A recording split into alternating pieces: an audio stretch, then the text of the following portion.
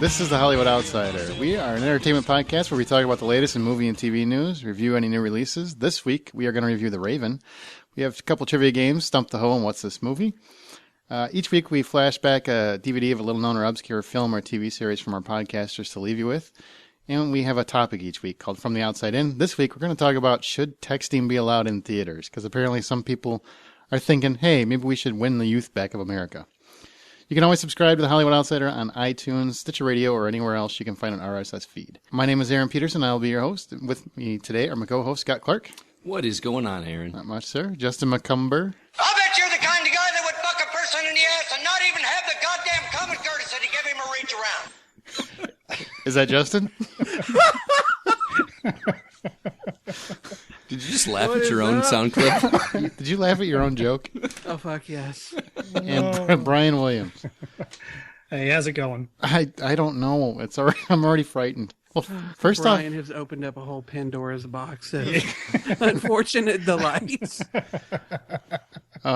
First off, congratulations, everybody. This is episode 40. Woo! How we are middle-aged. Woo! I know. We are 10 months in. We are no longer new. We're old hat. We got to do something for the year. Well, the year is 12 weeks away, so in 10 weeks, I'll start thinking about that. Start planning now. Yeah, I don't do that. We also just got nominated for a Parsec Award, so we'll see how that goes. If this show wins a goddamn Parsec before my show does, I'm going to be pissed. Please vote now, Ed. Yeah, please vote now. Well, technically, Justin, either way you win, really, when you think about it. That's true, but I been doing my other show for over 4.5 years. We have been nominated 4 times. We have been finalists twice, and we have yet to win an actual award. And I'm hoping this will be our year, but you never know. But if this show wins, then of course I will be happy. But I would like for my other one to win one as in addition. That sounds like the most genuine consideration possible. Well, we are getting ready for Avengers Domination because by the time you hear this, it'll probably be in theaters, so you'll know whether or not it fires on all cylinders. Which apparently, all accounts that I've read, fantastic reviews. So, Justin? I think you're the one that's doing the all-day Marvel-thon, right? Yeah, I think by the time most people are listening to this, my ass will be in a seat watching Marvel movies. And how many is that? Like 5? Let's see, Iron Man 2, the Hulk, Thor, Captain America. So that's 5 leading into a 6th. Wow. By the time Avengers starts, you're not going to give a shit anymore. Now, I've been in training for this for a little while. I mean, I'm the guy who will watch and has watched all 6 Star Wars movies back to back. I've done that. The extended edition, Lord of the Rings, all 3 of them back to back. So, this is what I do, bro. I'm a pro. That's what I do. I'm a professional lazy fucker. That's right. I'm a fucking amateur. I've been training doing for this. a half marathon. He's been training for a full day movie-thon. Well, I can't wait to hear about the bunions next week. Oh, God. Let's start with movie news. First things first. There's a couple little pieces of sequel news. First off, Rise of the Planet of the Apes, Part 2, I guess, or Super Rise of the Planet of the Apes. I don't know what they're calling it. But it's planned for summer. Still rising. Still rising. It's planned for summer 2014. Andy Serkis is already confirmed, as well as the director Rupert Wyatt. Both locked in. No word on James Franco. And number 2, we'll do them both together, is Die Hard 5 is going to be set entirely in Russia, and John McClane with his son, and apparently his son is going to be a bigger badass than his dad. I still have not seen Rise of the Planet of the Apes, so I'm almost afraid to hear whatever news they're going to have about the next one, because I'm sure it's going to spoil that movie, which I should have seen by now. But Die Hard 5, though, I'm really curious to see where they're going, because I think I liked Live Free or Die Hard more than the general public seemed to, because I really, really, really enjoyed it. So I'm just, for the last one was about his daughter, and now this one's about his son. At what point is he grandpa and he's got to go save the grandkids? From a daycare center gone Yeah, hostage situation. Yeah. Die Hard in a daycare center. The kids are pissed. But I don't know. definitely, It looks. I mean, it sounds all right though. The whole thing about his son being a pretty big badass, and yeah, I mean, we'll see. I'm certainly not closed to the idea, but Planet of the Apes, I really have got to get around to seeing that at some point. You haven't seen it yet? No, Why? the only because as a kid, the original Planet of the Apes movies just completely turned me off. I don't know if it was the makeup or just my personality, but it did nothing for me. Well, The I think first one I ever saw was I think Tim Roddy McDowell is dead, so it didn't matter who did it. It didn't do anything for me. I never wanted to watch them, and so the first one I ever really saw was Tim Burton's movie, and that was a fucking turd. Yes. So my already diminished desire to see that franchise was taken even lower. Rise of the Planet of the Apes got a lot of positive buzz. I'm sure it's good. I do want to see it, but there's just not this driving desire to see it. So if I'm ever going to watch it, it's probably going to be because somebody actually sat me down, put the movie in, and Clockwork Orange styled. John McClane's son is this much of a badass as they're kind of making him out to be. Do you think there's any kind of opportunity to spin him off as taking over the franchise? Well, have they hired Taylor Lautner yet to play this role? No, they hired some kid. I don't really know who it is, though. Yeah, Jeremy Renner's probably too old to be his son. I don't even know what to say to that. That's a good note to go out on. Yeah. Okay. Peter Jackson responded to the criticism about his Hobbit film getting kind of some bad press after several people complained about the look of it. Because we talked about it last week. If you listen to last week's show, he's converting the film from 24 frames per second to 48 frames per second, which really translates to almost a soap opera look, because the sets look like very real. They look very real. And that's causing somewhat of a negative reaction. He's saying that he's going to go forward with this look, regardless of what people say, and to haters be damned. He really thinks, give it time, you'll adjust to it. It's just like it's a new look, and you just have to get used to it. Yeah, apparently the word is once you get used to it, and it takes you a few minutes to get used to it, then you don't pay attention to it. But I guess apparently there was a couple of scenes where you could really see the makeup. It was a little bit obvious that the makeup was, well, makeup and not really somebody's big nose or ears or whatever the case is. So I hope they do something to kind of fix that. I mean, that is pretty distracting when you're watching any type of fantasy or sci-fi movie, and you can see the person's normal skin, behind whatever makeup they got going on. Mm-hmm. So, yeah, but it's good for him though. Hey, this is what we're doing. We're still moving forward with it. Fuck off. I don't know. I think he's got to be very careful here, because he is treading on sacred ground.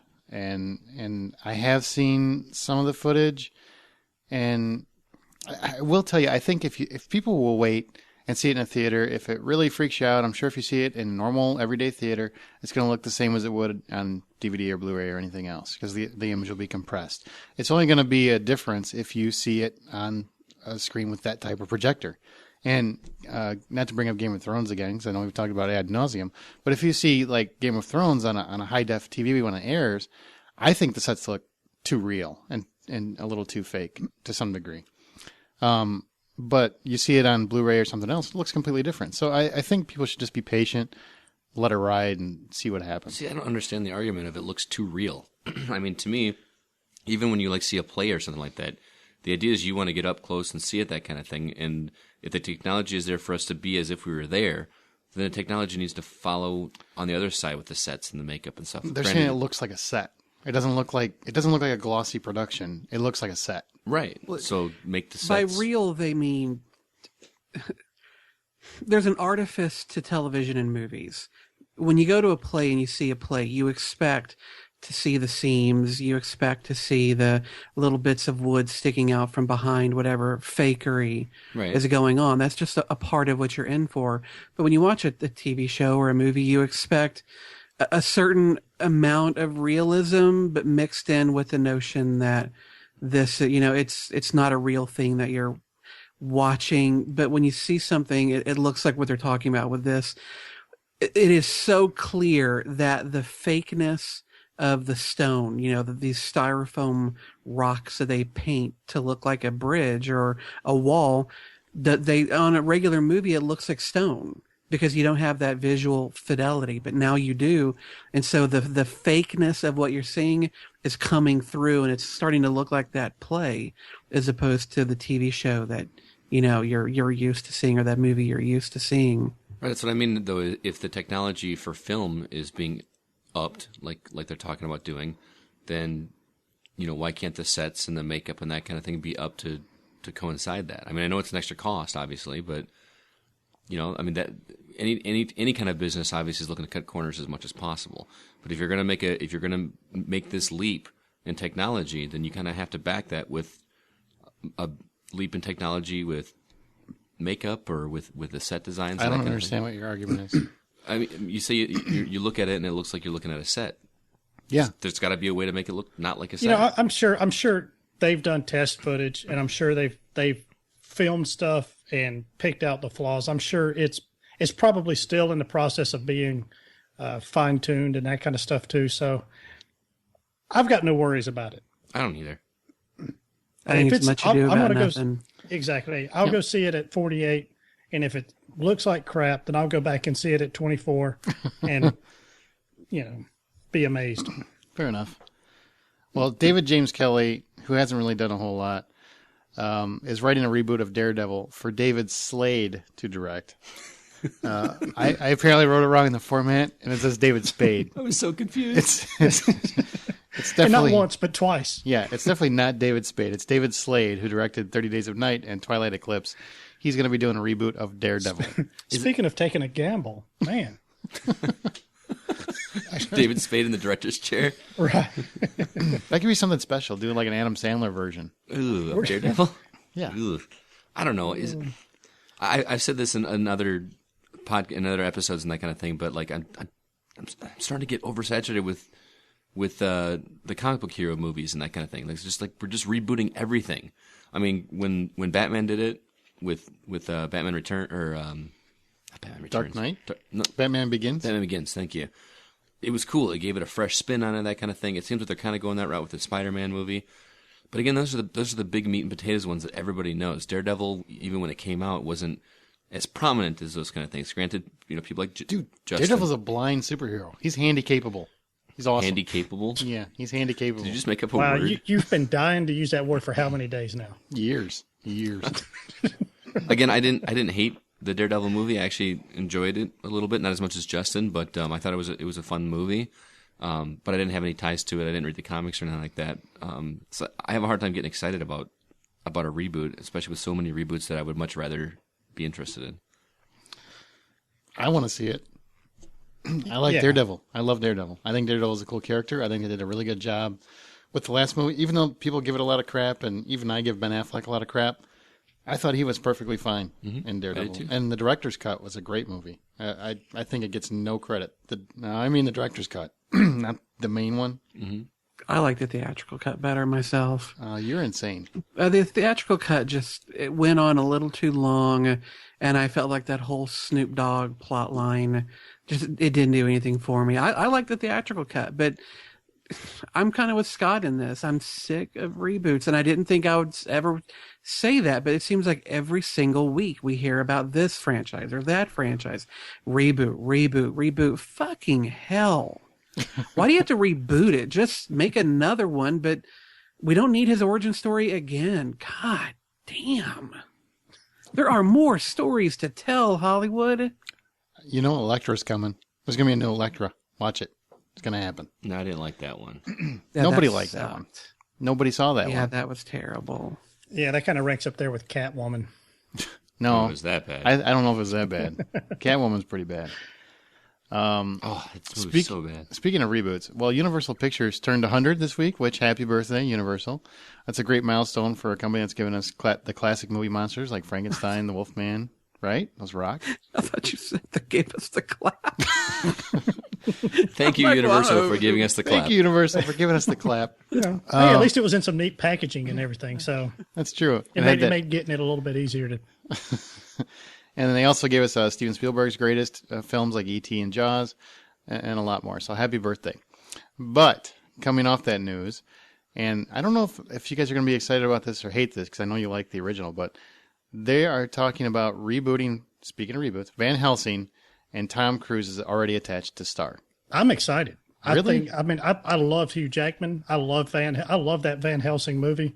I think Justin's about the only one besides me that loves it. I mean, I don't know what's wrong with Hugh Jackman. Maybe it's a scheduling thing. Maybe he just doesn't feel like starting it over. But it's but Tom Cruise is more than proven he's an action star, and this would give him a little something different besides the Mission Impossible types, government espionage, that kind of stuff. So, yeah, I'm excited. We're actually rebooting the Hugh Jackman take on the character.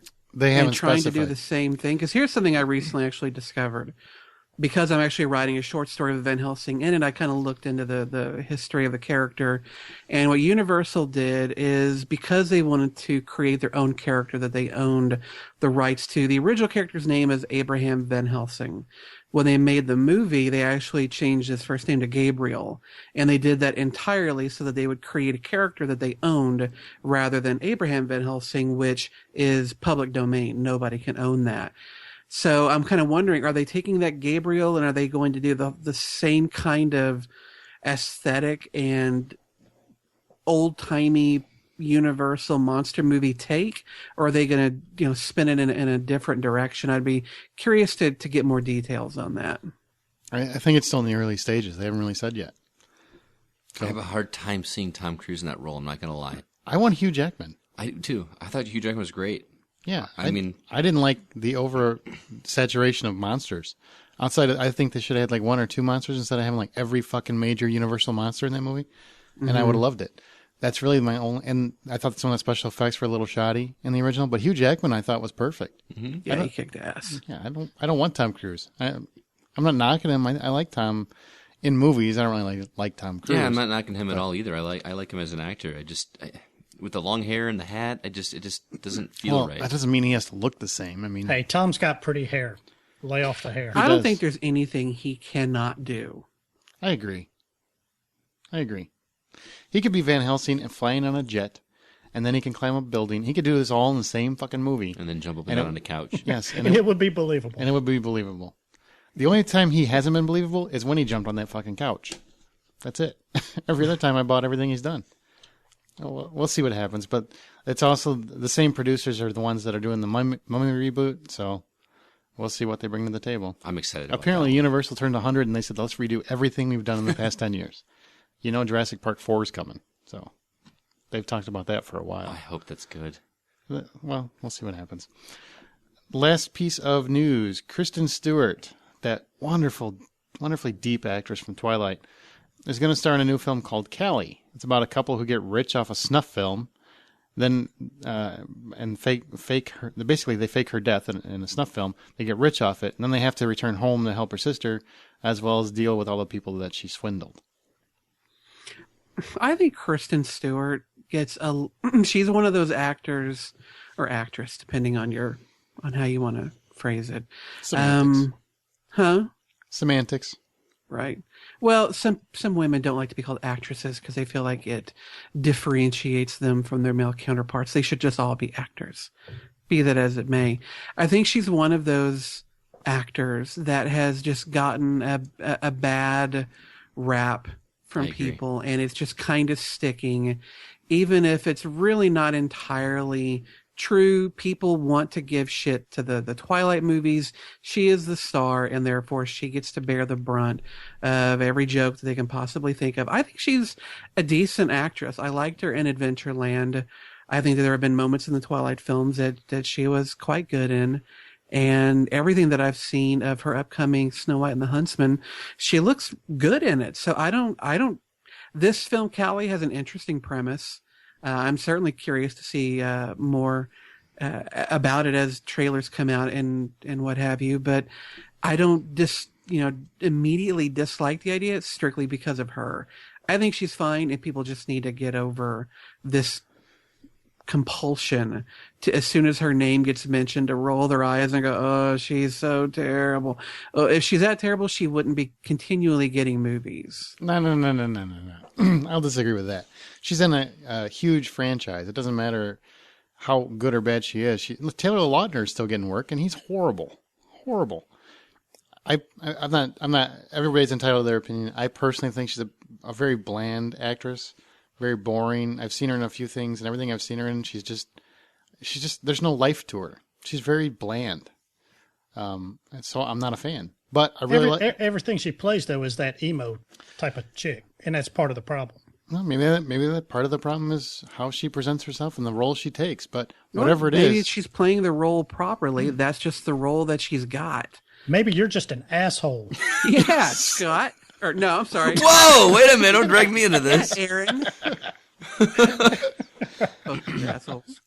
I think she's cute too. So I'm not a hater like you. I don't think she's a great. I'm not a hater. I just don't like her as an actress. I don't dislike her as an actress. Like I said, I'm not a big Twilight fan by any means. But like I said, the parts that I've seen her in, like Brian said, are that role. The character of Bella in Twilight is morose as hell. I mean, she's not a happy person by any means. Even when she, Adventureland, she was a mopey, angry with the world kind of character. I mean, that's. And about the only other thing she's been in is Runaway or Panic Room. The Runaways, where she was Joan Jett or something like that. Mm-hmm. I mean, it's not really that much different. Mm-hmm. All I'm saying is if she wants to convince me that she's not a bland, morose actress, then she needs to do something that actually shows her acting. Sure. Because at this point, I've seen her play the exact same character in every movie. True. Fair enough. I'm more curious about the story. The story is really cool. I like the story.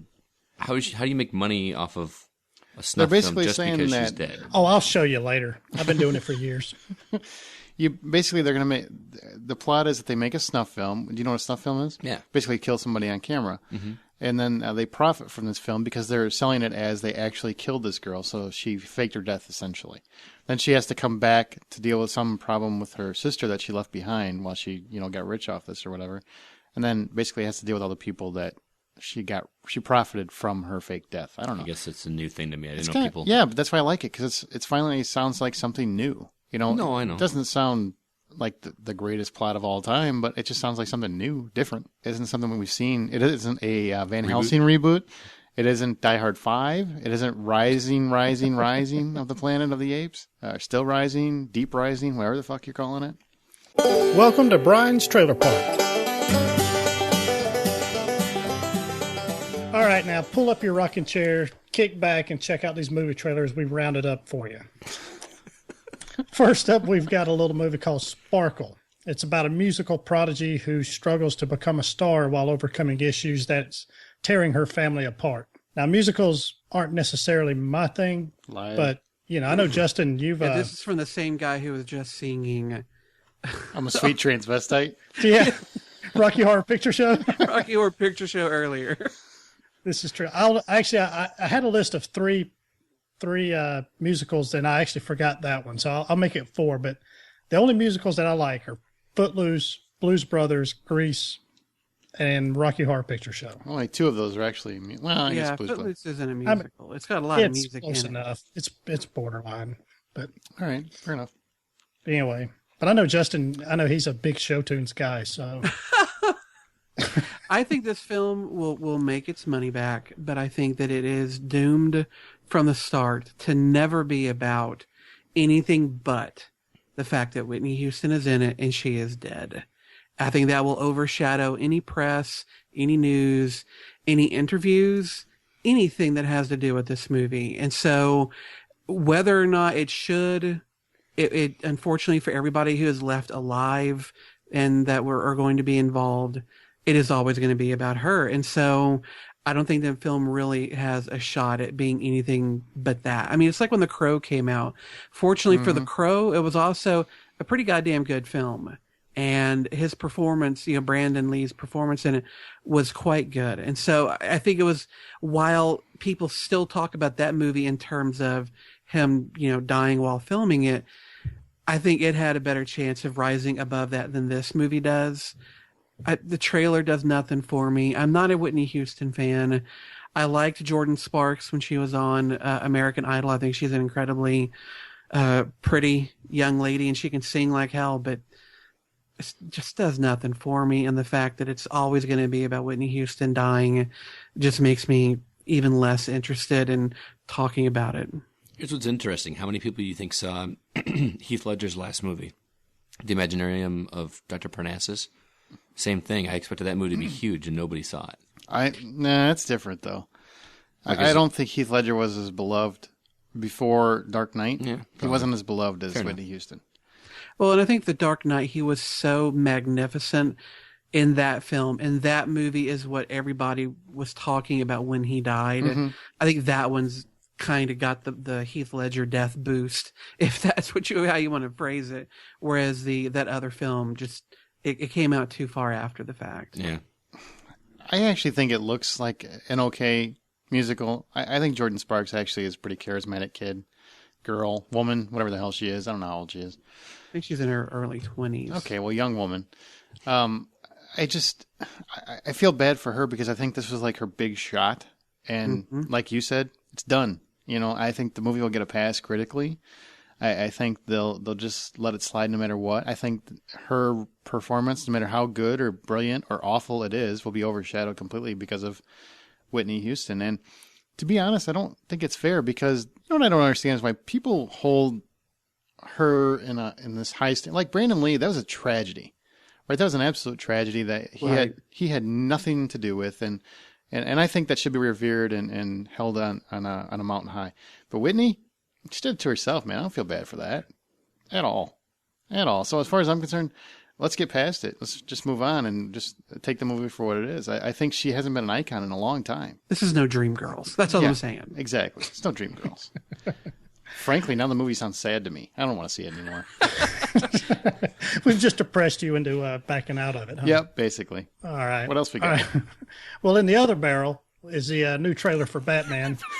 It's about Batman. Yeah, do we really need much of an explanation on this? Yep. Okay. No, we don't. We don't. It's got Bane. How's that? Okay. All right. There were a couple trailers before this one that came out because we had the new trailer that came out this week. And the other two trailers, if you guys remember, I think we all were kind of a little underwhelmed with those. There was a little lack of Batman. There was, Bane's voice was kind of jacked up. And this trailer has brought me back. Like, I am back on board for seeing this movie. I'm happy they made Bane able to understand. I can understand him now. Oh, it looks so good. And that trailer seems fantastic. Yes, she does. Okay, because apparently, I thought I was going to be on board with Scott with this, but apparently not. Because I saw this, and if I had to go solely on this trailer, I wouldn't want anything to do with this movie. Oh, you're crazy. You are fucking insane. Well, don't hold back. Honestly, it's this. I'm going to go see it. I'll be there probably opening night. I love Batman. He's one of my favorites. I'm all in, but just on the merits of this trailer, it looks like a snooze fest. Oh, God, you're so wrong. Does it hurt? Does it hurt to be this wrong? I mean, there has to be some kind of physical ailment that goes with this level of wrong. I've been hanging out with Aaron too long. Yeah, that's a good point. Well, hang on before we jump on him and explain his wrongness. Why do you feel that way? Like, what about it makes you feel like this? Anne Hathaway to me she didn't sell me as being Catwoman. I actually agree with you on that. I will jump on board with that one because I thought Anne Hathaway was kind of half-ass. But anyway, Brian, continue. Bane in the games, in the comic books, he's this huge, imposing figure, and I know you can't really do but so much until you get fully into CGI, a la the Hulk. But he just doesn't. He just kind of looks like a guy with a respirator. I mean, do you remember the Bane from the other Batman movie, though, and just how terrible that Bane was? At least he was scary. Do we want to do that again? This guy looks like a bad dresser with an asthma problem. That's one of those masks he wears at night because he's got sleep apnea. Yes. Right. He's been living in Beijing or something so long. It's a CPAP machine. Right. Yeah. And it just, like I said, I'm all in on this movie. I love Batman. He's one of my favorites. I love the last two movies. I'm sure this movie's going to be great. I just think as far as like Anne Hathaway goes, you need somebody a little tougher, less dainty, I guess. I don't know. I mean, she just doesn't seem like a tough chick. And I'm all open to her just blowing me away by her performance as Catwoman. I'm totally, I haven't shut the door on her, but But you're closing it. It's not quite latched, but it's just sitting kind of closed. She can push it open, easily. But it just, there just wasn't enough there action wise. Maybe that's it. I don't know. No, go ahead. I'm okay with her acting in the trailer as Catwoman. I think that was okay. I just think her physique doesn't fit what I picture Catwoman being. I picture. Oh my God! I picture Catwoman being more smaller. Not like I'm not saying she's fat or anything by any means, but like a little more petite. Tiny waist, big tits, big ass. Yeah. Like the other comic book Okay, chick. that's exactly what she is. I mean, I remember being a big fan of the Catwoman character in the early and mid 90s when they had her in this purple suit that was really just all about the T and the A of this character. And when I look at that and I look at Anne Hathaway, she looks the part. I loved her performance in this trailer. I thought she really carried across a certain equivalence to Batman on an intellectual and an emotional level, not really on a physical one, but there seemed to be a lot more interplay between those two characters in this trailer. And I felt like I got a bit more of a sense of how they're going to, to interact with each other in the film. Whereas in all the earlier trailers, it seemed like she was purely an antagonistic character. Whereas in this one, you get more sense that they will be working together, in the film for whatever purposes there are. But I loved it. I thought it was absolutely fantastic. A much better trailer than any of the others were, all around. I can't believe anybody would feel otherwise. And wow. I'm surprised by that you guys aren't like super stoked. I'll let you be wrong, but I hate to do that. Well, what can I do though? I think it looks really good, but I'm not on board with Anne Hathaway. I'm not. Well, remember, you guys can check us out at thehollywoodoutsider.com. That's where you can also find these trailers. If you got any suggestions, any questions, you can email us at feedback@thehollywoodoutsider.com. But now I'm going to hand it over to Aaron, who's likely going to make me feel like an idiot with this week's trivia question. So what you got? Okay. Stump the HO. Well, Stump the HO. Each week, one of our hosts poses a trivia question to the remaining hosts in an attempt to stump their fellow hoes. Ho stands for Hollywood Outsider, not actual prostitute.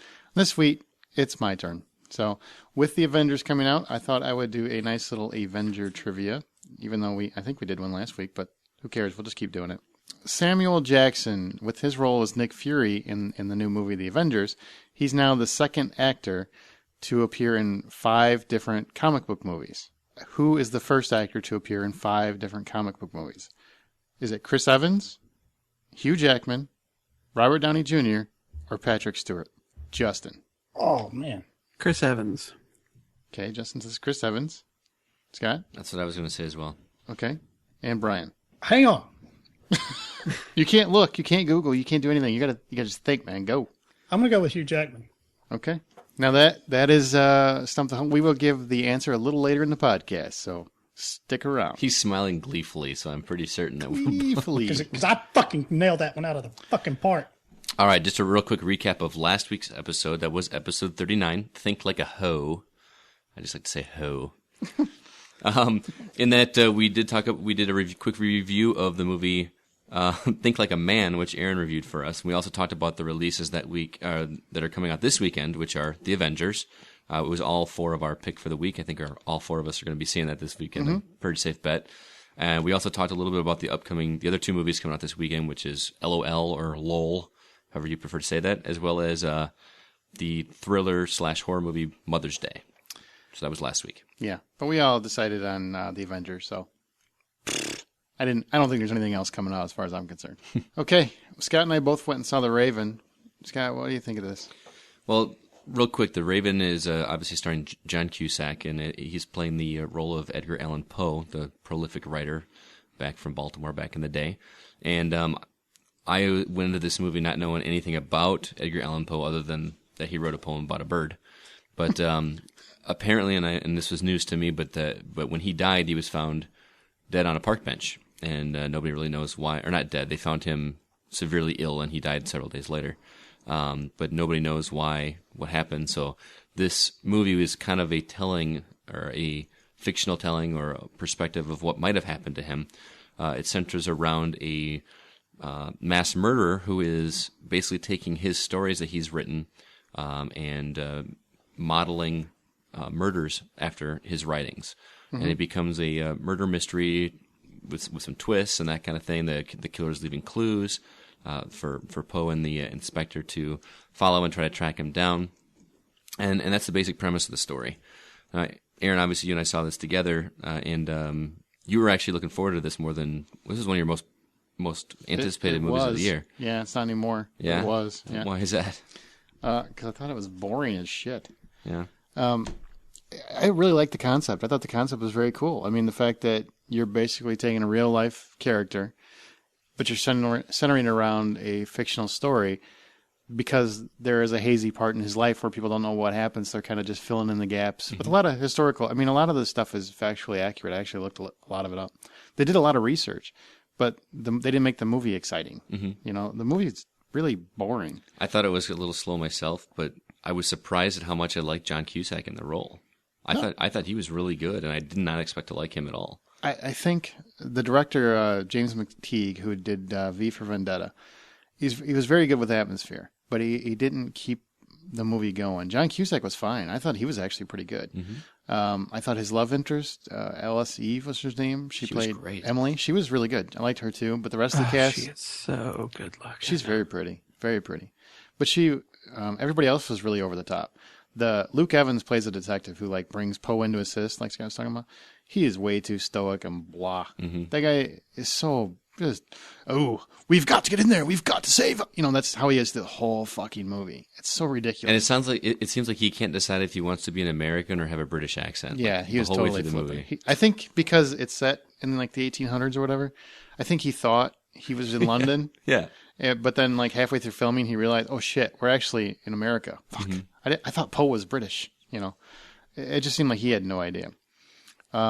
So really, every time he came on the screen, I was hoping somebody'd shoot the fucker, just so we could liven the movie up a little bit.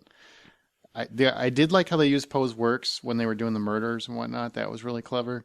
But it just seems like they rushed the movie when they should have slowed the movie down, and they slowed the movie when they should have rushed it. Mm-hmm. So I just started getting really, really bored. When you have a serial killer thriller where the actual serial killer makes me want to take a nap, that's a bad thing. That's not a positive. And if it wasn't for John Cusack, I don't think I'd be able to give it over anything. Yeah, I feel the same. He was very entertaining in every scene he was, but mm-hmm. it wasn't a fun movie to watch. And I think, and obviously not going to ruin anything, but I think the ending was a cop out. Oh yeah, totally. Yeah, it's total cop out. It's one of those that there's no way you're gonna have a guess as to who the killer is, that kind of thing. Yeah, see, it's one of those. Now, Brian and Justin, you guys have seen a million serial killer movies. You know the kinds that work and the kinds that don't work. The kinds that work, with the exception of probably 7, because that doesn't apply. But when you have a movie where the characters are in the background and you basically have to wonder, I wonder who the killer is going to be. But then they give absolutely no clues or anything else that leads to the person that it ends up being. It's just a reach as far as I'm concerned. And I really thought that they were reaching. They were really reaching. They were really reaching. So I didn't think it was a horrible movie because some of the stuff was kind of entertaining, especially when Cusack was really going at it. I thought he was trying very, very hard to make Poe, to do his version of Edgar Allan Poe, but set within this fictional murder mystery. I just thought the movie was boring. Had no real momentum. I mean, it was just other than John Cusack, it was boring, and he wasn't enough to elevate it. So what'd you give it out of 10? $10. If $10 is the full price of admission, this one's worth $5. I was going to say $5 myself. See, there you go. So you two are peas in a pod. 5 out of 10. Well, and part of my not liking it is Scott kept texting during the movie, so it was really hard for me to focus. Which will definitely. I might have bothered the 3 other people that were in the theater with us. Yeah, it's not a monster hit. There's no sequel coming. Okay, this is what we call the speed rounds. Basically, where anything that we previously reviewed or is new to DVD. This week, I saw Goon. Now, Goon is kind of an odd mix because it really wasn't released in theaters and it was on video on demand. But it will be on DVD and Blu-ray pretty soon, so when it comes out, I think you guys should check it out. What it is Sean William Scott stars as Doug Glatt. He's kind of like a dimball bouncer that comes from a family of doctors. So Doug's the dumb guy in a smart family. And Eugene Levy actually plays his dad, which is kind of funny. But during a fight at a hockey game, he's seen by the hockey team as kind of the brute that the team needs to watch the real players back. So they need him to protect their family. So he starts doing this, and he gets really involved with the hockey team, and he eventually goes to another hockey team to basically play support for a down-and-out player that is nervous about getting hit. Doug is there to have his back. And basically it's Sean William Scott's realization that, hey, you know what? You can accept that you're a dumb guy, but you don't always have to just accept what life throws at you. You can have some ambition and still be a dumb guy. Liev Schreiber shows up as Ree, which is a 40-something goon who Doug is trying hard to be. Basically, Liev is Sean William Scott when he's been playing the game for about 20 years. So it's an interesting concept. The whole movie is very funny, and obviously I'm trying to give you a quick review on it, but the movie's very funny. He's very sweet, and he realizes he's not smart. It's nice to see a guy that actually realizes he's a dumb fucker. The movie becomes kind of a passing of the torch between Liev and Sean William Scott. Surprisingly good comedy. I highly recommend it if you can get a chance to see it. It was nice to see Sean William Scott play a nice, sweet, funny character, and also likes to kick somebody's ass randomly. So out of 10, I give it a 6. Check out Goon. Let's go on to box office, where Avengers opened overseas to it's already amassed $218 million, and it just opened. That's awesome. It's breaking records nonstop, and it basically shut down Battleship. Battleship had been raining overseas, so poor Taylor Kitsch, that kid can't get a break. So Avengers sunk their battleship? Am I the only person fucking offended that the Avengers opened overseas first? Probably. They're No, our team. That's exactly. That's our shit. That's some bullshit. Wow. You'd think you'd be happy that it's making a ton of money, and they'll want to make an Avengers 2. I'm not seeing any of that money. Not a movie over there anyway, but it's our superhero team. I think they release it. Foreigners? They release it overseas based on what the holiday schedule and stuff is over there. So they're trying to make the most money they can. They're being smart, man. Headed up by Captain, whoever they're going to change his fucking name to overseas. Wow. Well, anyway, Think Like a Man stayed at number 1, 17.6 million. The Pirates opened at number 2. I'm shocked. At 11.1 million. And then the 5-year engagement, Safe, and The Raven all flopped. 5-year engagement was 10.6 million. Safe, which is Jason Statham's 14, was 7.8 million. And That's never going to stop being funny. That's never going to stop being funny. And The Raven, 7.2 million. Man, I really thought 5-year engagement was going to do better. I did too, actually. I did too. Jason Segel, he's such a sweet guy. I actually was planning to see it, and it didn't happen, but I feel kind of bad now. I feel kind of bad, too, because I had to sit next to a guy who kept texting through the whole movie. Just saying. Go ahead, Justin. All right, coming out on May 11th, we've got some new releases. First in the chute, Dark Shadows. It's a fantasy comedy film based on the 1966 to 1971 Gothic soap opera of the same name. This film's directed by Tim Burton, stars Johnny Depp as Barnabas Collins, who is a 200-year-old vampire. Apparently the story is that in 1752, according to for this movie anyway. In 1752, the Collins family sails from Liverpool, England to North America, and Barnabas grows up to be a wealthy playboy in Collinport, Maine, and master of the Collinwood Manor. He breaks the heart of a witch who turns him into a vampire and buries him alive. In 72, Barnabas is accidentally freed from his coffin and returns to find his once magnificent mansion in ruin. The manor is currently occupied by Barnabas's dysfunctional descendants, all of whom are hiding dark and horrifying secrets. Now, when I think of British vampires, of course, the first person I think of is Brian. So please, Brian, tell me what you think of, since I don't even know where to begin with this fucking I don't even know what shit. the fuck that meant. Yeah, I'd rather dip my balls in honey and sit in a fire ant bed. This movie just... So yeah, this just looks bad. I still concur. The first time we watched it, the previews a week or two ago, A few there was weeks one or ago. two jokes that were kind of funny. And now that I've seen them probably 20 times since the previews are more frequent now, I'm done with it. So this has got no appeal at all to me.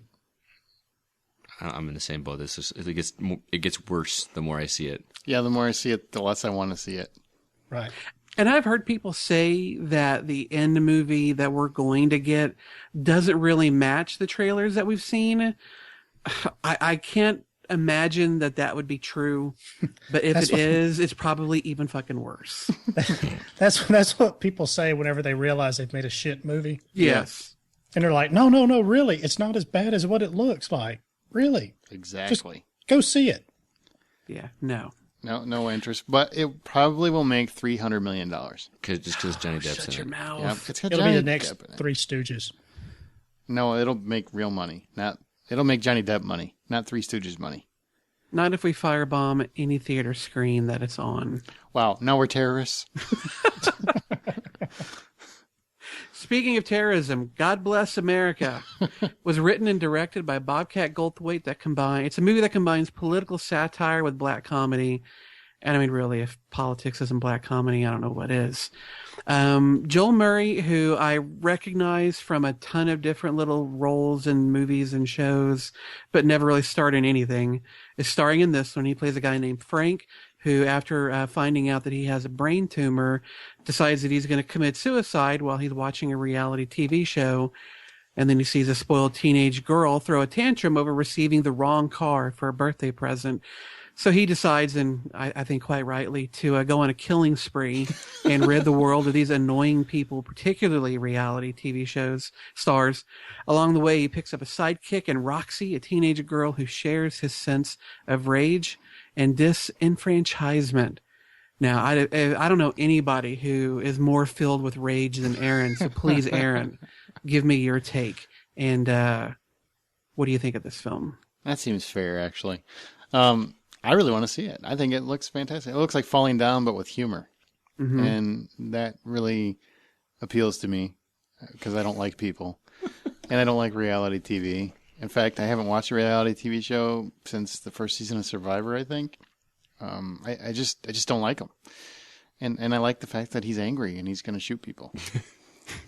You talked about this movie several episodes months ago, yeah. And I never saw the trailer until we were prepping for the show, and oh my god, this movie looks great. Doesn't it? It looks so much fun. Like it just like people like us is proverbial wet dream. Like things that we wish we could do, but we're going to have to see it on screen. Now, have you seen Bobcat Goldthwait's previous movies like World's Greatest Dad and Shakes the Clown? Mm-hmm. You have to understand before you commit to going to see this. He has a very dark sense of humor. So it's not going to be a jokey, that's funny. No. He's going to get sadistic with this shit. I'm looking forward to it. Me too. Yay. Well, I know iTunes had it available for like a $9.99 rental. I don't know if they still have it or not. I'd be curious to check that because I do want to see it. I love the premise, so I'll have to check into that. All right, our third film is Girl in Progress. It's directed by Patricia Riggin, who has never done anything I've ever heard of before, and stars the bootylicious, and Brian and I were sending each other messages earlier, Ava Mendez. As a single mom, Grace, who juggles work, bills, and her affair with a married doctor. Meanwhile, her daughter, Anisidad, I can't pronounce those names, plots a shortcut to adulthood after finding inspiration in the coming-of-age stories she's reading for school. Now, Scott, of everyone here at the HO offices, you know the most about what it's like to be both a struggling single mother and an angst-ridden girl. So why don't you give us your take on this? I knew it was coming. I was waiting for it. So this movie is like the epitome of those that just make me angry.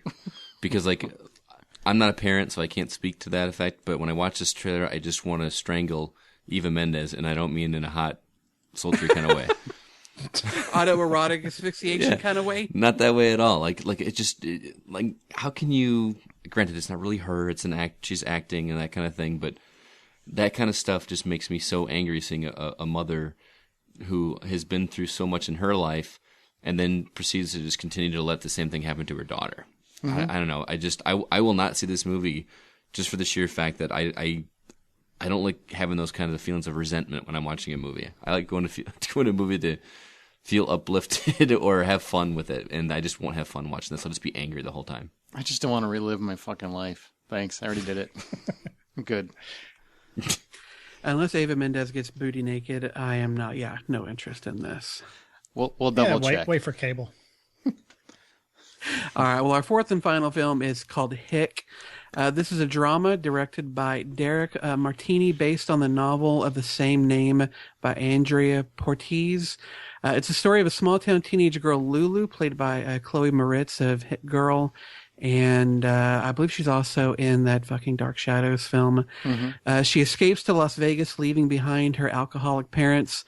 Armed with her wits, a pistol, and pocket money, she hitchhikes her way west. Along the way, she crosses paths with Eddie, played by some British dude I've never heard of before, but pulling off a pretty decent Southern accent, and an unstable rebel with questionable motives named Glinda, played by the delicious Blake Lively, who's a cocaine-snorting drifter on the run. Much hilarity and hijinks ensue, I'm sure. Now, I myself know what it's like to live a life outside the law in the badlands of crime and dangerous seduction, but I really can't go into all that now without compromising myself and endangering you guys. So suffice it to say, this little girl's tale is one that I personally know all too well.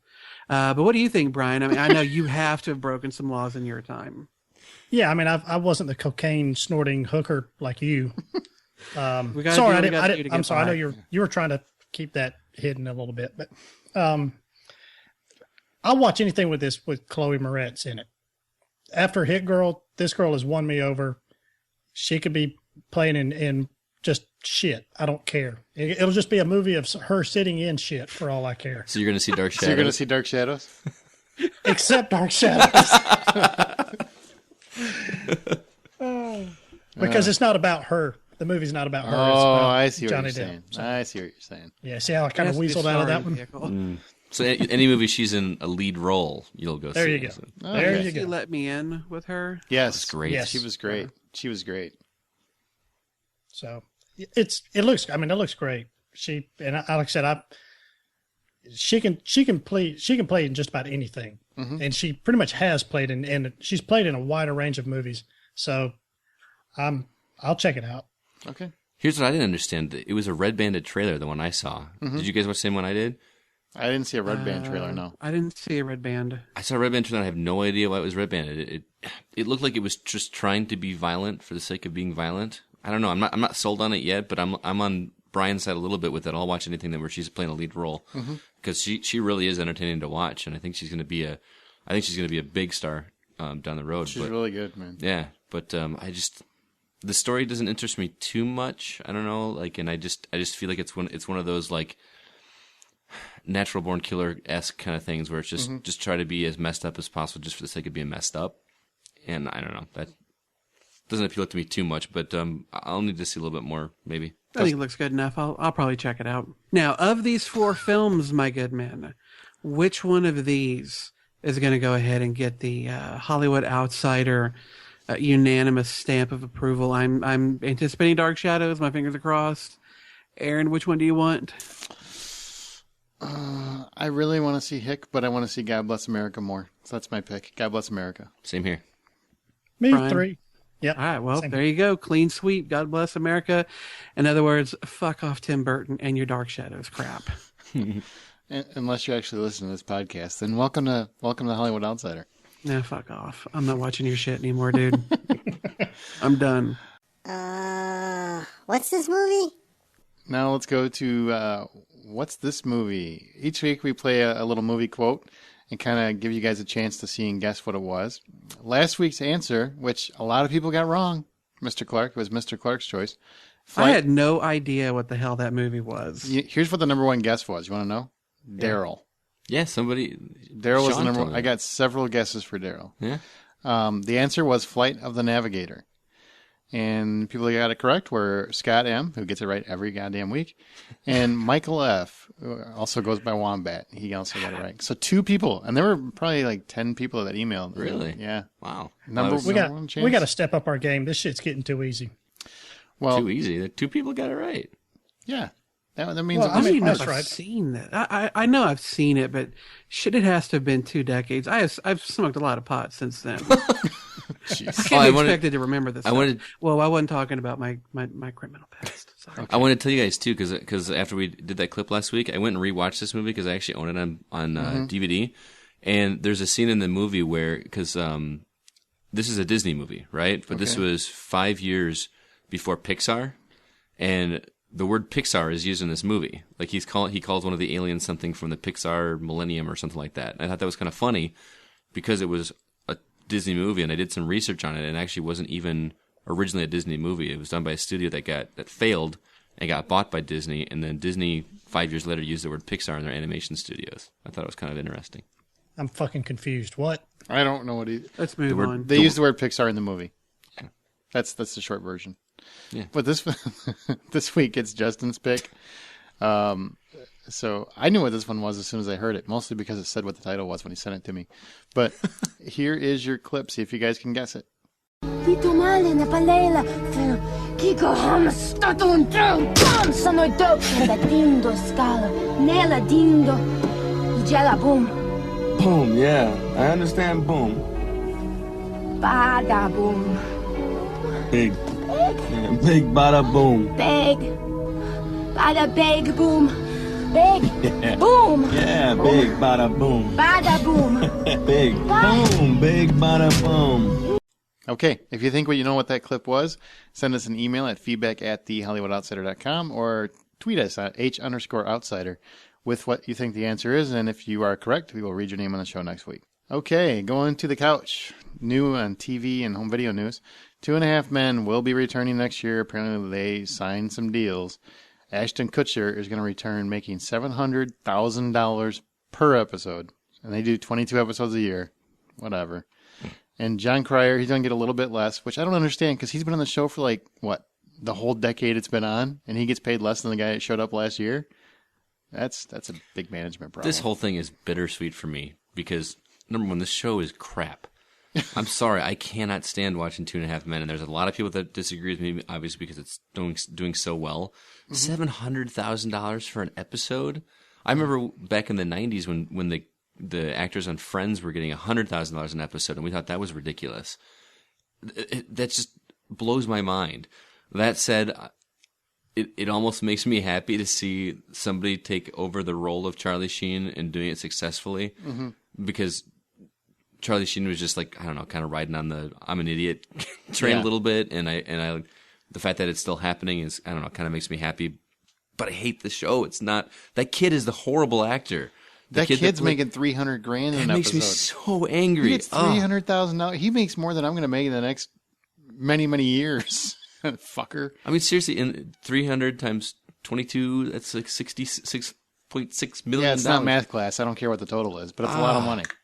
$6 million just for It could be $300 an episode, and the motherfucker's getting paid too much. He is. He doesn't even do anything. What is he doing? This is middle America screwing us. So thanks, masses that watch this piece of shit. Mm-hmm. You fucking bunch of sheeple. Go watch Cabin in the Woods. Go watch Community if you want to watch a good comedy.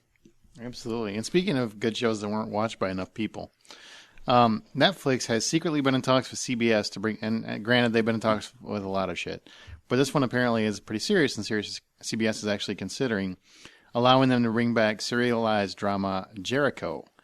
For those that don't remember, Jericho was a show about a fallout after a nuclear attack and evolved into like a serialized thriller. Well, miracles never cease, because I, again, agree with you. This was one of my favorite shows when it was on. Really? Oh, I love this show. I did too. I really did. I didn't.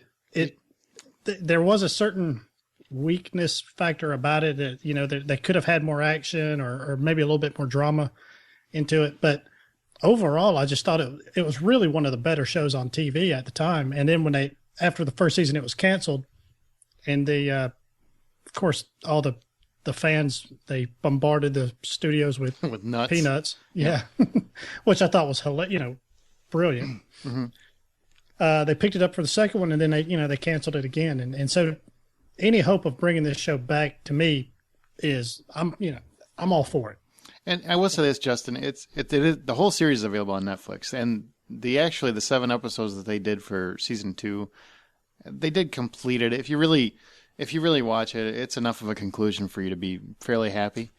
Right. But the very first season, I think if you watch just the first few episodes, it was kind of, all right, well, this is getting kind of old. But if you continue to watch the whole season, I personally thought it evolved into a really kick-ass kind of thriller. And it would have to, because of the episodes that I saw, and I think I watched the first 3 or 4, and it was boring the shit out. I mean, it was one of those shows that came on, I believe, after Lost became such a hit, and every network wanted to put out, a show with fantastical elements to it in the hopes of kind of riding that Lost wave. And it just didn't. I gave it a shot. I didn't care for it. I thought a better show than it was something like Threshold that didn't also make it past one season. It was just networks throwing shit at the wall, seeing what was going to stick. I've heard of people though who really enjoyed it, so maybe I need to give it a second chance. Okay. Well, we'll see what happens. I personally, Brian and I obviously hope that comes to fruition. Speaking of shows that apparently are getting another chance, Fringe is for some reason the show gets anemic ratings. It really does. It gets very low ratings, but it's got a huge cult following. And Fox has agreed to renew Fringe for a 13-episode final season. I want to think that Fox has said, I'm tired of fucking Justin in the ass. We have screwed him with show after show, whether it's Firefly or Briscoe County or every other goddamn show Fox puts on that I fall in love with that they then yank out from under me. They have continually screwed me. Somehow, Fringe is dodging and weaving every bullet shot at it, and I am so thankful. I love Fringe. I think it is one of the saddest things that more people are not watching one of the smartest shows on television. Thank God Fox is going to let them have a 5th season and finish out the show in the style that it should be finished off in and not killed early. I am so glad, Fox. I still hate you, but I hate you a little less. A little less. Wow. That is the most sincere... I don't really know what that was, but I'm sure Fox appreciates it. It's the first time I can ever remember saying thank you, Fox. Now we can go to did you see that? That's where we quickly talk about anything that we saw on TV that's catching our eye. Justin, you've been watching Grimm, and we talked about it when the show first came on, and it was very much like a Monster of the Week show. Is it still? No, and that's why I'm really starting to fall in love with this show, because it suffered from that same thing that so many shows of its ilk do. I know Buffy suffered from the same thing. Angel kind of did. All these shows that deal with a character who is coming into the supernatural and kind of finding their footing. Seems like it has to spend the first season or half season just establishing the universe, and they do that by every episode showing some new element of it, some new monster of the week. And Grimm did the same thing. There were always these hints that there was a larger story at play, but the primary focus of those episodes was just, here's our guy, here's some new creature, and now he must fight it. But over the past, I'd probably say 4 or 5 episodes, they have really honed in on a central story that now every episode is focusing on that narrative as opposed to just introducing whoever. And it has really gotten incredibly good. Very good. While I'm not as gushy about it as you know, my esteemed colleague Justin is, it is getting much better.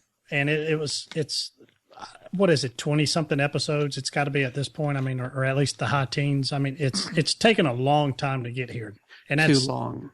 That's kind of the problem I've had with it, because like you say, that, you know, the thread with the police chief or captain, whatever he is, you know, they touched in the first few episodes that he was kind of a bad guy, or at least had some dark motives, and they never touched it again for, I mean, like a dozen episodes until, like you say, the last 3 to 5 episodes. Mm-hmm. And there's more, but they're they're doing more of that story now. Now it's not. Now the creature of the week is more of the backstory. That's more of it's more in the forefront. But it's almost like too little, too late in a way, because they've waited so long to get to that point. Now it's kind of like, okay, the season's going to be wrapping. It's got to be ending sometime soon. If people quit the show, I don't blame you. I damn near did myself. But if you did, jump back on now, get on Hulu or whatever, get the last 4 or 5 episodes, and just start watching it. There have been moments of it that have been amazingly good. Most of it's just been pretty good, but pretty good I'll take over most of network television these days. I'm really enjoying it. I hope it gets another season, and I really want to see what they can do now that they have, firmed up what this universe is about and can really focus in on that. Okay. I don't know if it'll ever be a Buffy, but if they can even just try for that, I'll be happy. And I saw the Breakout Kings finale. Now, Justin, have you seen it yet? I did. Did you? Okay, now obviously we don't want to spoil it for anybody that hasn't seen it, even though not many people watch it. Schofield dies. Dick. Breakout Kings is a show about Ray Zacchinelli as a U.S. Marshal, and basically he uses 3 cons to track down escaped convicts. So he basically uses convicts to catch convicts. And the show's been on for, this is the 2nd season? Mm-hmm. And the show, very much for the first season, all it was just, Con of the week. But it's still pretty interesting because the character, especially Jimmy Simpson, who plays Lowry, I mean, the characters in the show make it worth watching. Well, this season they've kind of gotten a little bit more serialized because they killed off a major character in the season premiere, and then they've kind of taken who the killer was over the course of this season. Well, that came to fruition in the finale, and the finale, I got to say, loved it. I love the direction they went with it, and I was totally shocked in the cliffhanger ending. What about you? It was brutal. It was definitely a much darker episode than I would have thought capable. What I love about these pay network shows, though, is that they don't have to stretch their shit out over 20 or 24 episodes. They do as much storytelling as so many network shows do, but they do it in half the time, and they do it better because they're not having to stretch things out, put in a whole lot of fluff. This season's been really strong. I hope they get a 3rd. I do too. I think it's still up in the air. And I really hope they have some kind of conclusion because it did go on a pretty big cliffhanger. But we'll see what happens. I liked it. Scott? This week's Blu-ray and DVD releases. This is going to be for the week of May 8th. The first one is The Vow, which was reviewed by Amanda on an earlier episode of The Hollywood Outsider. Also Underworld Awakening, which Justin reviewed also previously. You can hear that on YouTube, actually. Yeah. Oh, is it available on YouTube? On our YouTube channel. What's that channel? Is it The Hollywood Outsider? The Hollywood Outsider. Also, the 5th season of Chuck is available now, as well as Humans vs. Zombies, and finally, Tim and Eric's $1 Billion Movie. Ooh, yeah. Hit me with that unknown shit. Flashback.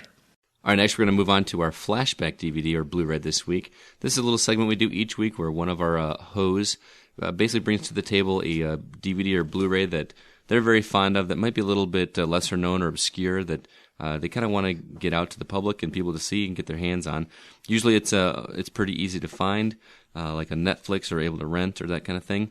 And this week it's Brian's turn to bring one to the table. So Brian, what do you have for us? In the past, we've brought to your attention some feel-good movies such as Return to Me, Joe versus the Volcano, and Notting Hill. My movie this week, The Machinist, is just like them. In no way at all. Christian Bale plays Trevor Resnick, who's an insomniac and hasn't slept in a year. This wears on him to the extreme. There's a scene where he writes his weight down, which is 98 pounds, and according to him, he was actually that thin. When asked how he did it, his reply was, "I just stopped eating." He looks absolutely terrible in this movie, and one cannot help but admire his commitment to his craft, because he just absolutely slimmed out, and there's no special effects involved with his look. So not only is he deteriorating physically, but mentally as well. Trevor is facing constant battles with confusion, paranoia, anxiety, and terror. And the only positive thing in his life is a hooker played by Jennifer Jason Leigh. Trevor tries to figure out if there's an elaborate plot to push him over the edge, or his insomnia has already beaten him to the punch. Meanwhile, between some Memento-esque notes that pop up in his apartment, a mysterious coworker that no one else sees, and the gruesome accident that this coworker causes, Trevor doesn't know who or what to believe. So while you won't be reaching for tissues, you might be reaching to cover your face instead as you peek between your fingers to see what happens next. This movie is dark, edgy, and amazingly does not use any special effects for Christopher Bale's role in this gem of a psychological horror movie. You can find it at Amazon Prime, Netflix, and probably your cheap movie bin at Walmart or local movie store. I'm pretty sure, Aaron, you've seen it, but... I've seen it. Yep. Justin? I've not seen it, no. I'm actually surprised that I completely let this one pass me by. I've heard of it, I know of it, but just never watched it. I saw it. It's a good movie. Mm-hmm. It's fucked up. It is kind of messed up. Okay, let's go back to Stump the Ho, where earlier we asked the question, or I asked the question. Samuel L. Jackson is only the second actor to appear in 5 comic book films. Who is the first? Was it A, Chris Evans, B, Hugh Jackman, C, Robert Downey Jr., or D, Patrick Stewart? Justin and Scott both chose Chris Evans, and Brian chose the correct answer, which was Hugh Jackman. Hugh Jackman he was in all 4 X-Men movies, and also his own spin-off Wolverine. No, wait a minute. Fantastic Four 2. He's been in 4. Chris Evans has been in 4. Captain Now, America. are we including the Avengers? It's a comic book movie? Comic book movies. Why Scott Pilgrim versus the World. Are we including the Avengers? Yes, we're including the Avengers. Because if it's the Avengers, Chris Evans has been in 5. Yes. But he said first. Yeah, Oh. I said first. That's why I said Chris Evans. I missed the... No, I said first. Who is the first? Which means Hugh Jackman did it before. Oh, okay. So I'm right. You're not. All right. Hey, over here. Yeah, I said, Brian, you're right. I said right you're right. too. Yeah, you were completely accurate, and you paid attention to the question. So you get double points. Awesome. Just saying.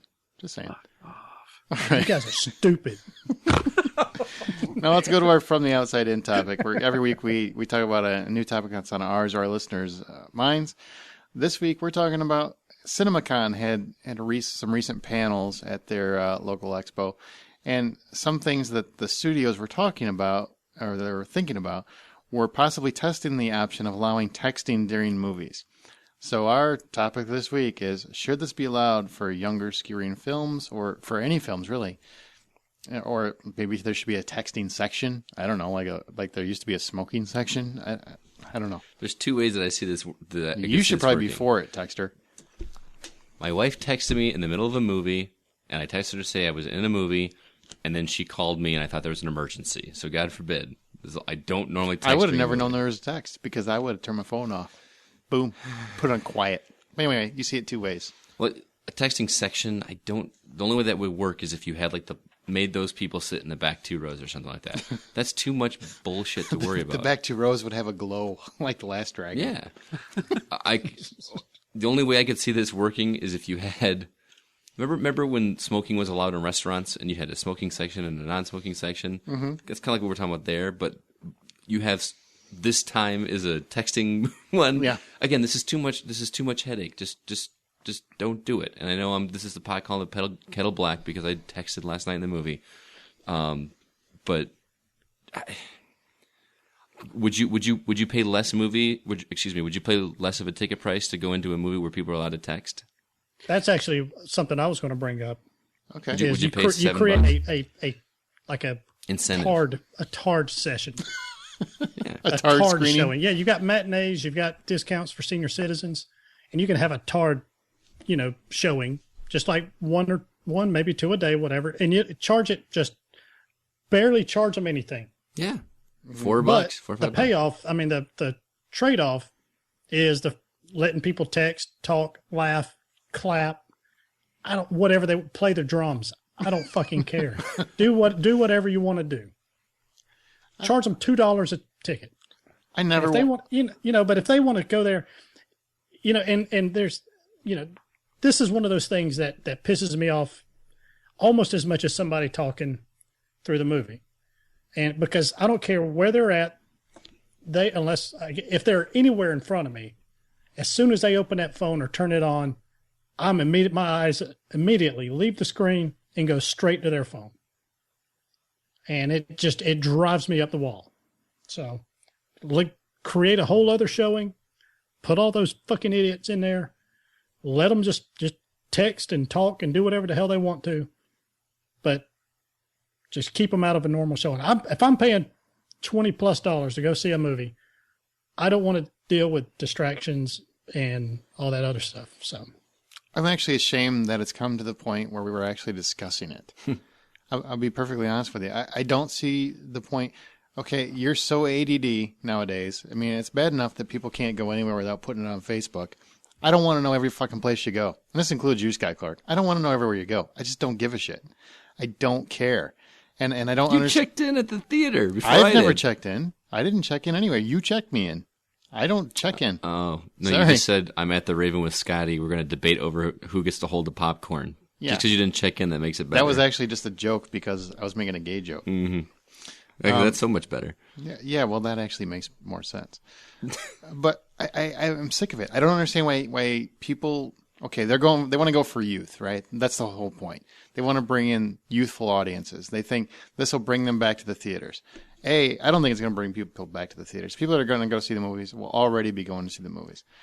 I think it's going to bring in the people that are actually paying to see movies don't want to be watching movies with.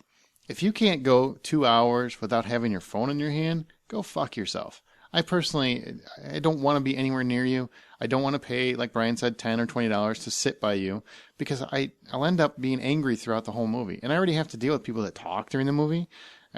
People are already trying to secretly text. I don't want to deal with any of this. And you know what will happen if you ever allow texting in the theater? You'll have somebody talking through the whole fucking movie saying, what happened? What happened? What just happened? Because they weren't paying any fucking attention. They're too busy texting somebody that's not important at all. Or putting their Facebook status, I'm watching the movie now. Guess what just happened? LOL, fuckers. Justin? I mean, what more can I add? I don't know. I mean, you're absolutely right.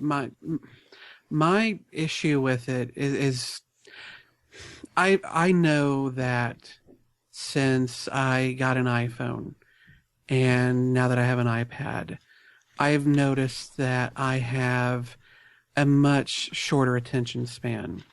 And if I'm watching something at home, I will quite often spend half the time that I'm watching a show, no matter what it is. I will spend it with my phone or my iPad in my face, checking Facebook, checking email, checking the internet. If there is a lulled conversation, people pull out their phones. If there's a commercial that I can skip through, I pull out my phone. And it's created this knee-jerk reaction in me that I can no longer have a single minute of non-input. I have to constantly be looking at a screen. The only time that I don't feel that compulsion is when I go to the movie theater. And I don't know why it is, but I don't. When I go and I sit down in that dark theater, I will probably be playing a game on my phone until the trailers start. And then I turn my phone off, I turn off everything, I put it in my pocket, and then I don't think about it again until I get up and leave. And I do not want that last area that I seem to be able to get away from that need to go away, nor do I want to have other people's inability to extricate themselves from their devices to intrude on my movie watching time. I just don't want to do it. I don't want to deal with it. I don't want, like Brian said, that light comes on and it breaks the atmosphere that's been created.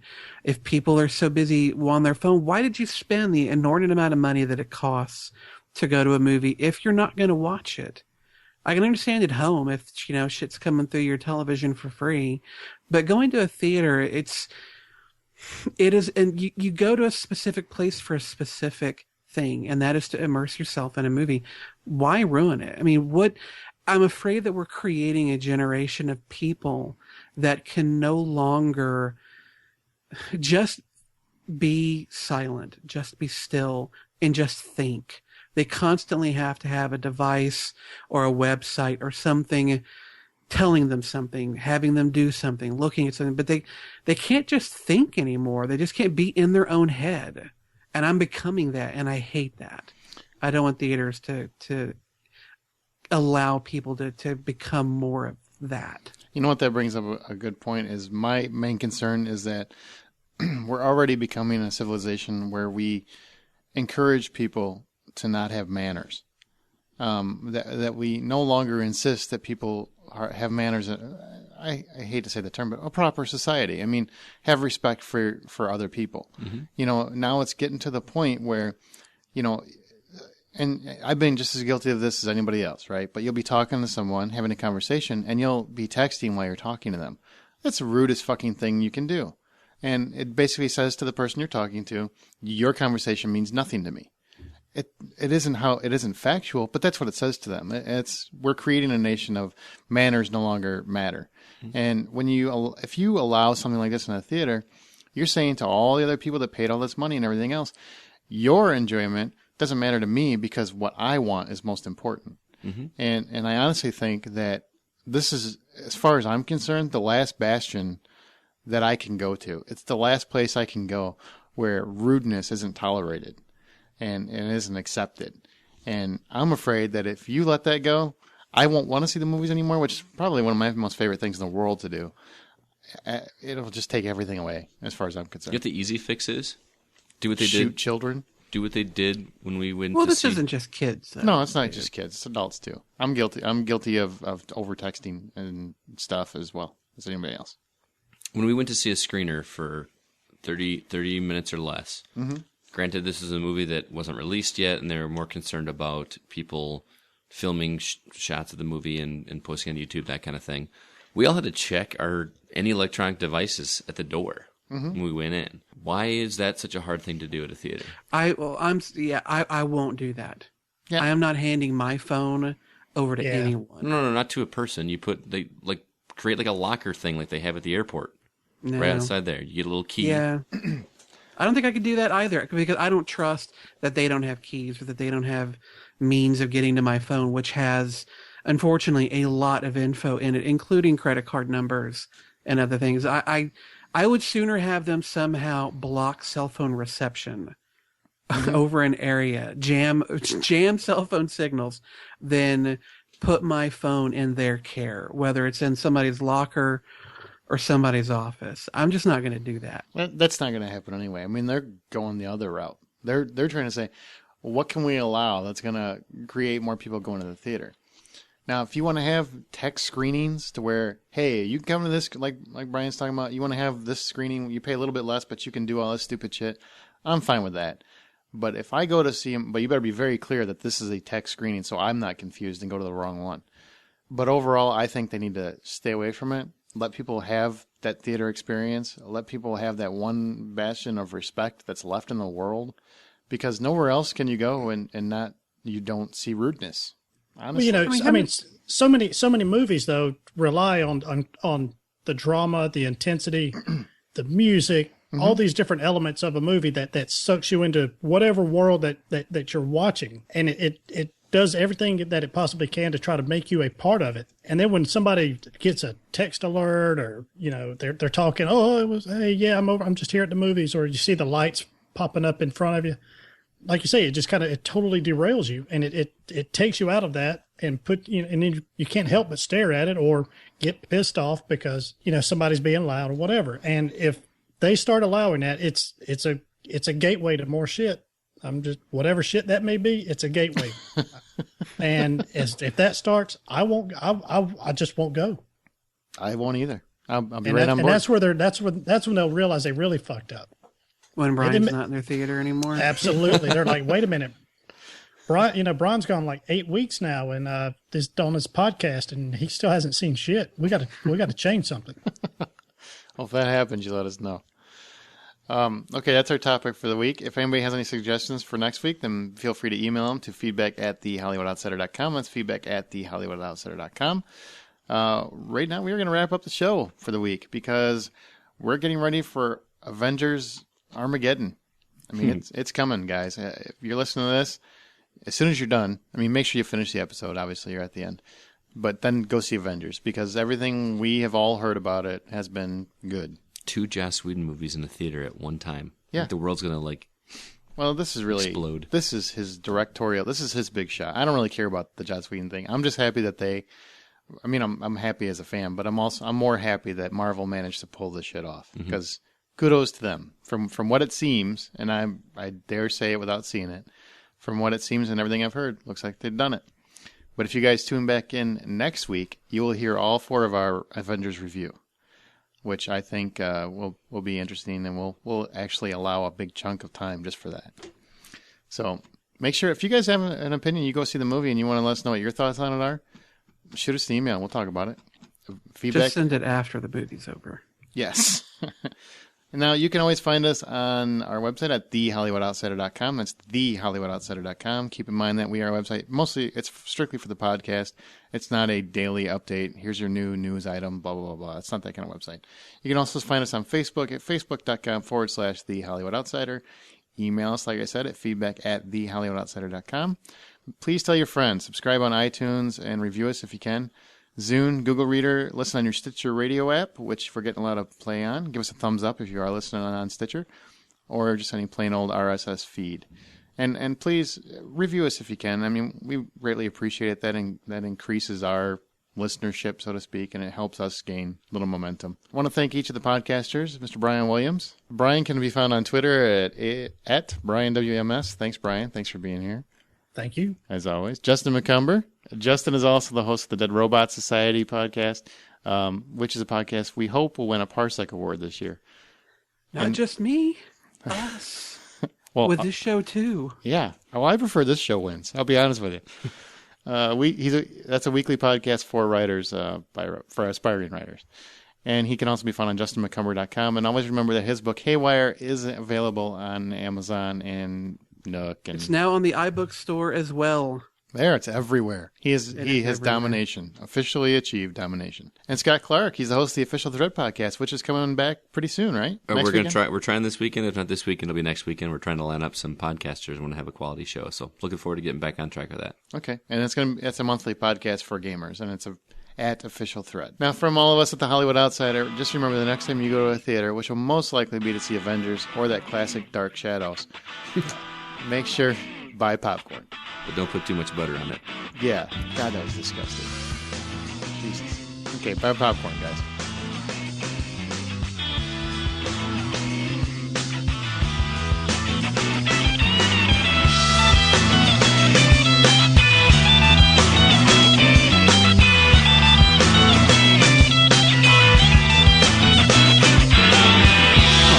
Decision for me letting you go.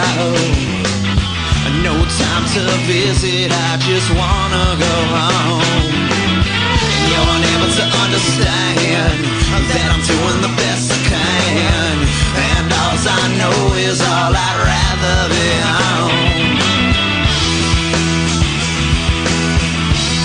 I'd rather be home. I'd rather be home.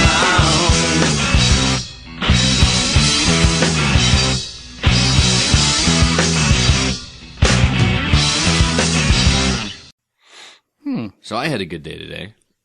Oh, well, obviously you want to tell us about it. I do. Did your wife leave you? Oh, man. Wow, I got we're served. starting early, ain't we?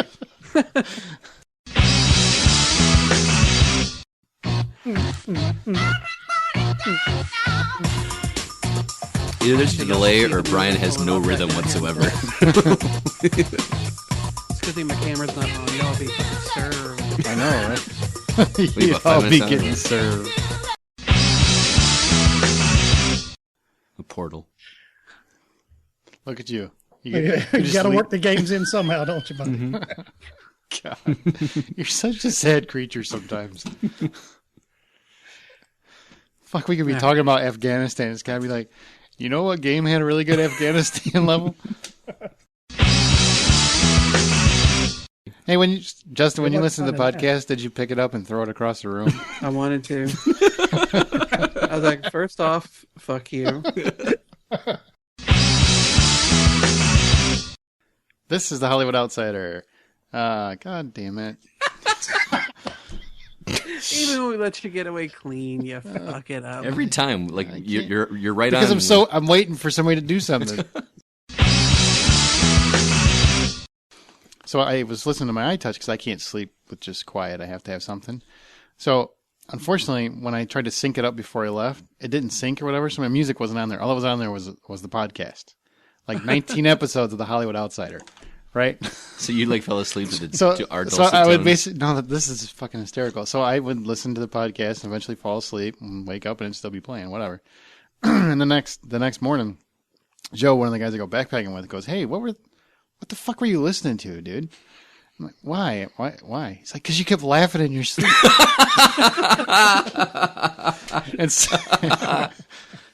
And so I said, "I was listening to the podcast." And Joe, because Joe's a really funny guy, he just starts laughing. He goes, "So basically, you're such a fucking narcissist that you think you're the funniest guy in the room, even when you're sleeping." My daddy always said, "Red on the head, fire in the hole." What does that mean? It just means chicks with red head are good fucks. I guess that's what he was saying. They're feisty. I have a sad feeling that's going to end up in the outtakes. It probably will.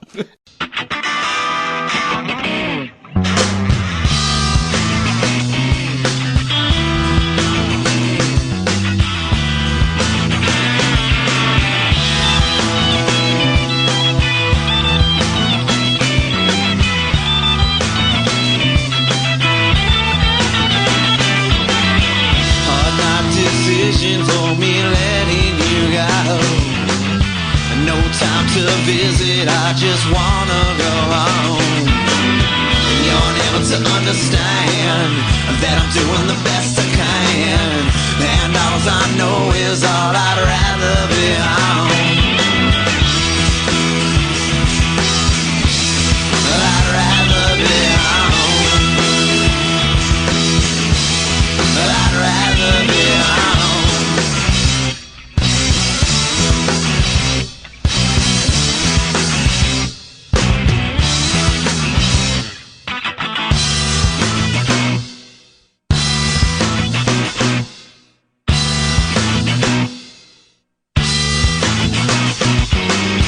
You say my love is blind, I just gotta clear my mind.